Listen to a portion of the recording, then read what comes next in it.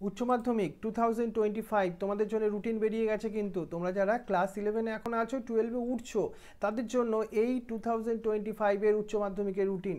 দেখো, তোমাদের 3 তারিখ আছে বেঙ্গলি আছে, এটা দিয়ে শুরু হচ্ছে কিন্তু। আর তারপর তোমাদের ইংলিশ আছে 5 তারিখ আছে।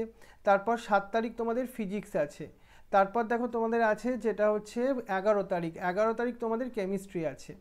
তারপর আমাদের 13 তারিখ তোমাদের ম্যাথামেটিক্স আছে। আর তোমার 17 তারিখ আছে আমার সাবজেক্ট, মানে আমাদের সবার সাবজেক্ট, সেই বায়োলজি।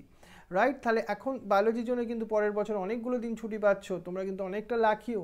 এই বছরের স্টুডেন্টরা কিন্তু অত সময় পায়নি, পরের দিনই এক্সাম দিতে হয়েছে। তাহলে এখন থেকে মন দিয়ে ভালো করে পড়াশোনা করতে শুরু করে দাও।